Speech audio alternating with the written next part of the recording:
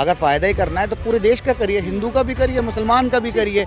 आप जब राम मंदिर बनाते हैं, उसकी ट्रस्ट बनाते हैं, उसमें आप ये रूल लागू करते हैं कि इसका जो मेंबर रहेगा वो सिर्फ और सिर्फ नॉन मुस्लिम रहेगा। मैं सही कह रहा हूँ? अगर मैं गलत कह रहा हूँ तो आप मुझे बताएं। तो फिर वक्फ बोर्ड के बोर्ड मेंबर्स में नॉन मुस्लिम क्यों रहेगा? मेरा सवाल ये है। क्योंकि सरकार के तरफ से क्लियर मैसेज नहीं दिया गया है कि इसमें एग्जैक्टली करेंगे क्या, और इसमें काफ़ी कुछ गड़बड़ी है इस देश का, तो उस पर हमें काफ़ी बिलीव है। मोदी सरकार पे नहीं है। मोदी सरकार पे नहीं है बिल्कुल। अमित शाह जी कहते हैं कि ये संसद से पास हुआ बिल है तो इसको सबको मानना ही होगा। वो तो एक बार कानून बन गया तो उसको मानना ही होगा। कानून तो कानून, सबको पालन तो करना। हम टिकट नहीं देंगे। तो आप ये बताइए, जो अपनी पार्टी में किस विधायक का, काउंसलर का, एमएलए का टिकट नहीं देते हैं मुसलमानों को, वो वक्फ बोर्ड पे इंसाफ देंगे? आपको लगता है? राहुल गांधी ही वो इंसान है जो हिंदू, मुस्लिम, सिख, ईसाई को सबको साथ में लेके चल रहे हैं, जो ऑटो वाले के साथ भी ना ऐसे बैठ के बात करते हैं जैसे उनका भाई हो। ऐसा नहीं कि पार्लियामेंट में 10 लाख का कोट पहन के जाते हो, 10 लाख का सूट पहन के जाने के लिए नहीं है पार्लियामेंट। नमस्कार, आप देख रहे हैं 4 PM, मैं आपके साथ नफीसा खान। देश में शहर शहर वक्फ संशोधन कानून को लेकर विरोध प्रदर्शन देखे जा रहे हैं। मुस्लिम संगठन एक साथ हैं, सड़कों पर है, हंगामा देखने को मिल रहा है। तो वहीं मुस्लिम पर्सनल बोर्ड ने अभी ऐलान भी कर दिया है कि देश के अंदर वक्फ बचाओ, संविधान बचाओ मुहिम चलाई जाएगी। मेरे साथ तमाम लोग जुड़ चुके हैं, उनसे समझते हैं कि उनकी राय क्या है। देशव्यापी एक तरीके से आंदोलन बनता जा रहा है।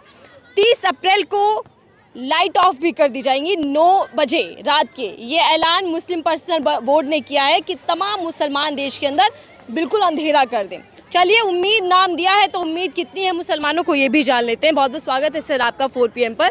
सर, संसद से पास हुआ बिल देश भर में लागू होने की सरकार ने फरमान दे दिया, लेकिन इसका विरोध मुसलमान क्यों कर रहे? क्या समझ में आ रहा है इस बिल को लेकर? मैं सिर्फ आपसे इतना कहना चाहता हूँ, बीजेपी जब से 2014 में आई है, आपने देखा देश में माहौल जो एक नफ़रत का माहौल पैदा हुआ जो है। जिन बच्चों को ये तक नहीं पता होता था क्लासमेट होने के बाद कौन हिंदू है, कौन मुसलमान है, आज छोटे छोटे बच्चों को ये बात मालूम चल गई है कि ये हिंदू और मैं मुसलमान हूँ।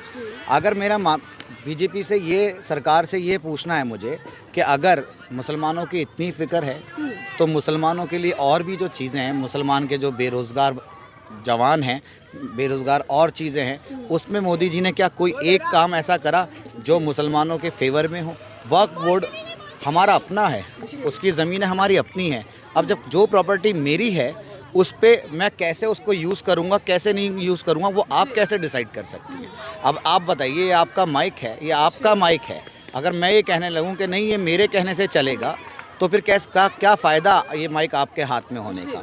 सवाल करने का हक आपको है, मुझसे मेरा हक जवाब देने का है। इसी तरह से हम इसमें दखल अंदाज़ी सरकार की ना कभी रही है, और ये पूरी तरह से सिर्फ़ और सिर्फ जैसे 3 तलाक लेकर आए गए, उसके बावजूद 3 तलाक को इतना मुश्किल तरीके से कर दिया गया कि आज की डेट में जो मर्डर हो रहे हैं, कभी वाइफ मर रही है, कभी हस्बैंड मर रहा है। कम से कम अगर एक हस्बैंड वाइफ साथ में नहीं रहना चाहते हैं तो एक तरीके से जो है अलग हो सकते हैं, लेकिन उनको इतना डर पैदा कर दिया है कि वो उस डर के चक्कर में एक दूसरे की जान ले रहे हैं। लेकिन वो 3 तलाक से क्या फ़ायदा हुआ? आप मुझे बताइए, एक फ़ायदा हुआ किसी मुस्लिम कम्युनिटी का या किसी औरत का? नहीं हुआ ना। तो ये इनकी नीयत हमारा फ़ायदा करने का नहीं है। अगर फ़ायदा ही करना है तो पूरे देश का करिए, हिंदू का भी करिए, मुसलमान का भी करिए। आप जब राम मंदिर बनाते हैं, उसकी ट्रस्ट बनाते हैं, उसमें आप ये रूल लागू करते हैं कि इसका जो मेंबर रहेगा वो सिर्फ और सिर्फ नॉन मुस्लिम रहेगा। मैं सही कह रहा हूँ? अगर मैं गलत कह रहा हूँ तो आप मुझे बताएं। तो फिर वक्फ बोर्ड के बोर्ड मेंबर्स में नॉन मुस्लिम क्यों रहेगा? मेरा सवाल ये है।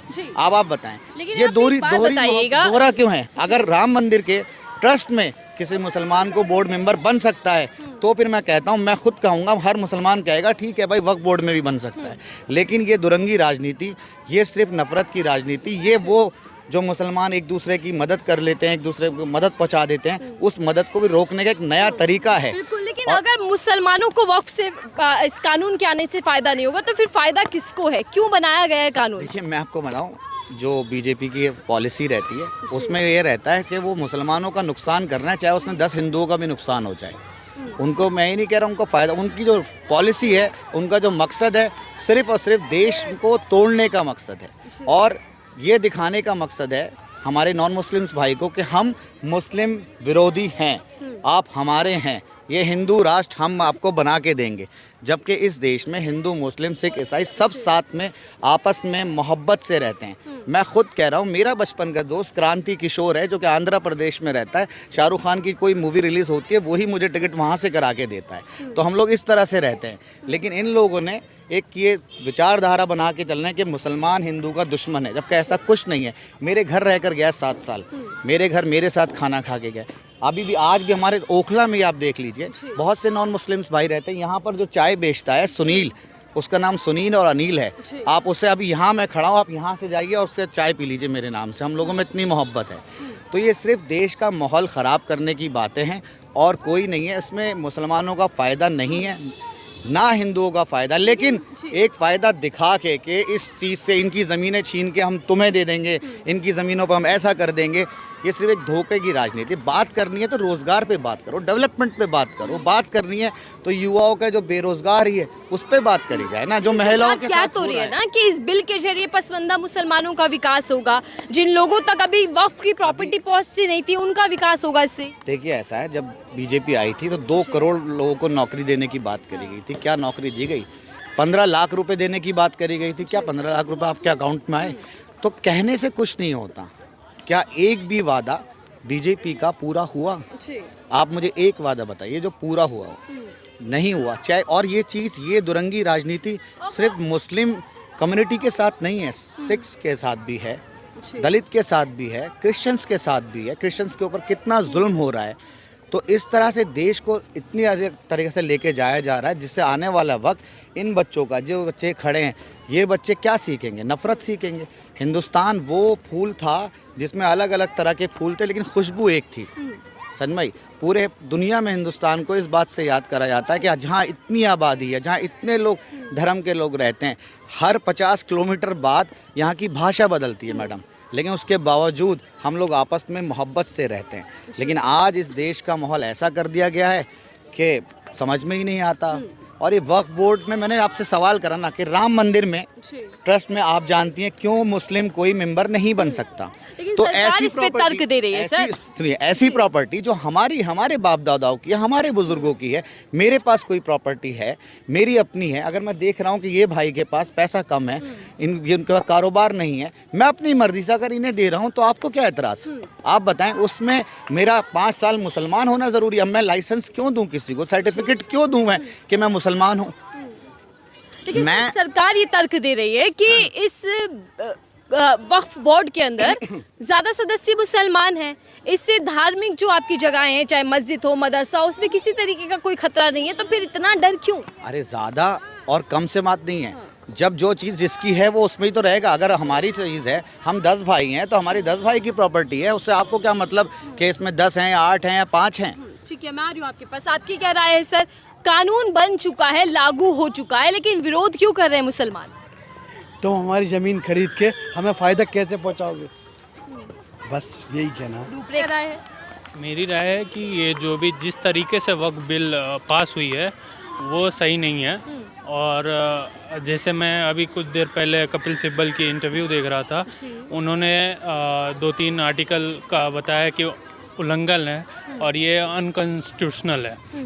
तो और इसमें जो इन्होंने ऑलरेडी पॉइंट आउट किया है कि इसमें वक्फ में मुसलमानों नॉन मुस्लिम का इसमें दखल अंदाजी है। जब इतना ही मुसलमानों से प्रेम है सरकार को, तो वो इसमें मुसलमान को ही रखे और उनकी अकाउंटेबिलिटी और उनकी सारी रिपोर्ट्स सही से करे, ताकि मुसलमान को बिलीव हो कि जो भी हो रहा है वो सही के लिए हो रहा है और उसमें कोई गड़बड़ी नहीं होगी। लेकिन अभी क्या डर है? कानून आया है, काम करने तो दीजिए सरकार को। सरकार कह रही है कि हम मुसलमानों को बराबरी पर लाकर रख देंगे, उनका विकास होगा, तो फिर आपको क्यों विश्वास नहीं बन पा रहा सरकार पे? क्योंकि सरकार के तरफ से क्लियर मैसेज नहीं दिया गया है कि इसमें एग्जैक्टली करेंगे क्या, और इसमें काफ़ी कुछ गड़बड़ी हैं। तो इसके लिए लोग अलग अलग पार्टी सुप्रीम कोर्ट में गई है, तो एक बार सुप्रीम कोर्ट से फैसला आ जाएगा तो उसके बाद ज़्यादातर क्लियर है। मैं आपको बता दूं दर्शकों को कि 16 अप्रैल को इस पूरे मामले में सुप्रीम कोर्ट के अंदर सुनवाई होनी और उम्मीद क्या है सुप्रीम कोर्ट से वो भी जान लेते हैं। आपको उम्मीद है कि सुप्रीम कोर्ट राहत देगा, पूरी याचिका जितनी भी लगी है उन पर सुनवाई होगी तो आपको कहीं ना कहीं इस बिल से राहत मिल पाएगी? जी जी बिल्कुल, ये वो उच्च न्यायालय है इस देश का, तो उस पर हमें काफ़ी बिलीव है। मोदी सरकार पे नहीं है? मोदी सरकार पे नहीं है, बिल्कुल नहीं। अमित शाह जी कहते हैं कि ये संसद से पास हुआ बिल है तो उसको सबको मानना ही होगा। वो तो एक बार कानून बन गया तो उसको मानना ही होगा। कानून तो कानून, सबको पालन करना होता है, वो डिफरेंट चीज़ है। बट जिस तरीके से बिल पास किया गया है उसमें हमें वो है दिक्कत शंकाएं है। हैं जी आपको। हालांकि केंद्र सरकार ये कह रही है कि तमाम जो कायदे कानून होते हैं उसी अनुसार इस बिल को पास किया गया है। सर, तुष्टीकरण का आरोप पीएम मोदी कांग्रेस पार्टी पर, विपक्ष पर लगा रहे हैं कि उन्होंने हमेशा मुसलमानों का तुष्टीकरण किया। देखिए, मैं आपको बताता हूँ कि मोदी जब 2014 में बीजेपी सरकार बनी तो एक नारा ये लगेगा, सबका साथ सबका विकास। फिर जब 2019 में सरकार बनी तो सबका साथ सबका विश्वास एक ऐड करा गया मुसलमानों के लिए। लेकिन इस 5 साल के अरसे में और इस 10 साल के अरसे में कोई भी एक मेंबर ऑफ पार्लियामेंट को टिकट नहीं दिया बीजेपी ने मुसलमान को। मैं ये कहता हूँ, अगर विश्वास ही दिलाना है तो अभी कई जगह से वो राज्यसभा दे सकते हैं। 10 मुसलमानों को राज्यसभा दे देना। अगर मैं नियत रखता हूँ कि मैं आपको साथ फेयर कर रहा हूँ तो राज्यसभा क्यों नहीं दे देते? क्यों मुसलमानों को टिकट नहीं देते? जो 300 कुछ एमपीज़ हैं, 200 कुछ पिछली बार पहले और थे, उसमें सिंगल एक मुस्लिम को टिकट नहीं दिया गया। बीजेपी का सीधा फंडा है कि मुस्लिम को हम टिकट नहीं देंगे। तो आप ये बताइए, जो अपनी पार्टी में किस विधायक का, काउंसलर का, एमएलए का टिकट नहीं देते हैं मुसलमानों को, वो वक्फ बोर्ड पे इंसाफ देंगे? आपको लगता है? तो क्या लगता तो है ये कि सिर्फ विपक्ष धोखेबाजी है। और देश में मुस्लिम्स के ऊपर ये सब चीज़ें लगा के नॉन मुस्लिम्स को एक गलत दिशा में ले जाने की एक नई सोच बनाई गई है। जो कि मैंने क्या कहा कि हम लोग हिंदू मुस्लिम सब साथ में खाते थे, साथ में ईद बनाते थे, साथ में चीज़ें करते। लेकिन आज की डेट में उन सब चीज़ों को बांट दिया गया है, नफरत का एक माहौल बनाया गया है और देश को बहुत गलत दिशा में ले जा रहा है। ऐसे में क्या लगता है कि विपक्ष मुसलमानों को गुमराह कर रहा है या फिर सरकार ध्रुवीकरण की राजनीति कर रही है? देखिए, ऐसा है, वो तो आपके सामने है कि अगर जो बीजेपी के खिलाफ बोलेगा, उसकी गलत नीतियों के खिलाफ बोलता है तो वो उसको बुरा कहने लगते हैं, वरना ईडी भेज देते हैं। सनमाई, तो विपक्ष जो कर रहा है वो जो आज की डेट में हिंदुस्तान को बचाने की कोशिश कर रहा है। हमारे हिंदुस्तान को अगर कोई बचाने की कोशिश कर रहा है तो वो राहुल गांधी कर रहे हैं। अगर भारत को जोड़ने की कोई कोशिश कर रहा है तो वो राहुल गांधी कर रहे हैं। राहुल गांधी ही वो इंसान है जो हिंदू मुस्लिम सिख ईसाई को सबको साथ में लेके चल रहे हैं, जो ऑटो वाले के साथ भी ना ऐसे बैठ के बात करते हैं जैसे उनका भाई हो। ऐसा नहीं कि पार्लियामेंट में 10 लाख का कोट पहन के जाते हो, 10 लाख का सूट पहन के जाने के लिए नहीं है पार्लियामेंट। जो एक ऑटो रिक्शा वाला है उसकी आवाज़ उठाने के लिए पार्लियामेंट है। हम लोग वोट करते हैं जब नेता बनता है। अब मुझे बताइए कि देश भर में इस बिल के खिलाफ, कानून के खिलाफ विरोध प्रदर्शन तेज है मुसलमानों का।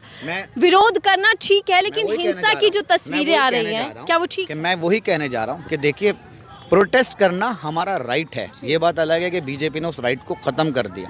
लेकिन मैं अपने भाइयों से, चाहे वो हिंदू हो, मुस्लिम हो, सिख ईसाई हो, जो प्रोटेस्ट में शामिल हैं, जो प्रोटेस्ट कर रहे हैं, जो इस हिंदुस्तान को जोड़ने की लड़ाई में शामिल हैं, मैं उनसे ये कहूँगा कि किसी भी वजह से प्रोटेस्ट में हिंसा ना हो, किसी की जानी नुकसान ना हो, सरकारी कोई प्रॉपर्टी को नुकसान ना हो।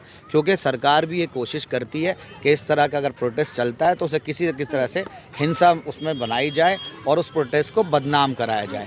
तो जो प्रोटेस्ट कर रहे हैं वो बहुत शांतिपूर्वक तरीके से कर रहे हैं, लेकिन जो वहाँ पुलिस कर रही है वो गलत कर रही है। उस प्रोटेस्ट में हिंसा फैलाई जा रही है। जैसा आपने देखा होगा, शाहीन बाग में भी बहुत दूर दूर से लोग आके गोलियाँ चला रहे थे। तो इस तरह से जब सरकार के खिलाफ कोई प्रोटेस्ट करता है तो सरकार या तो उसे, आज मैं आपके सामने बोल रहा हूँ, कल मैं अगर जेल चला गया तो आप समझ जाइएगा कि मैं बोला था इसलिए जेल चला गया। जिससे अब वक्फ बचाओ अभियान आप लोगों ने शुरू कर दिया है, क्या वाकई बचा पाएंगे और खतरा किससे और इसी के साथ क्या दबाव बन पाएगा सरकार से? बिल वापस होगा? हम सुप्रीम कोर्ट में कांग्रेस पार्टी भी गई है, ठीक है, और पार्टियां भी गई हैं। सुप्रीम कोर्ट से, संविधान से, लॉ से हमें पूरी उम्मीद है कि हमें वहाँ से जो ये नाइंसाफ़ी हो रही है किसी एक वर्ग के साथ, चाहे वो कोई भी हो, मैं कहता हूँ कल को ये सिक्स के खिलाफ कोई पॉलिसी लेकर आए, तो हम हमेशा इसी तरह से आवाज़ उठाएंगे और सुप्रीम कोर्ट से हमें पूरी उम्मीद है कि इस वक्फ के बिल को कैंसिल करा जाएगा, इस पे स्टे आएगा और उसी की कोशिशों में लगे हुए हैं। हम लगातार प्रोटेस्ट करते रहेंगे, लेकिन मैंने कहा कि हमारा मकसद हिंसा करने का ना कभी था ना हम करेंगे। एक गलत फैसले के खिलाफ हम खड़े हैं। ठीक है, देखिए केंद्र सरकार के लाए गए कानून के खिलाफ मुसलमानों का गुस्सा ज़्यादा लेवल पर बढ़ता जा रहा है। देश भर में आंदोलन की शुरुआत देखी जा चुकी है, लेकिन सवाल ये है कि क्या सुप्रीम कोर्ट इस कानून को रद्द करता है, स्टे लगाता है, या फिर इसी तरीके से वक्फ पर मुसलमान और सरकार के बीच तनाव बढ़ता जाता है। इस रिपोर्ट को लेकर आपकी राय क्या जरूर साझा कीजिएगा। देखते रहिए 4PM, मैं थी आपके साथ नफीसा खान।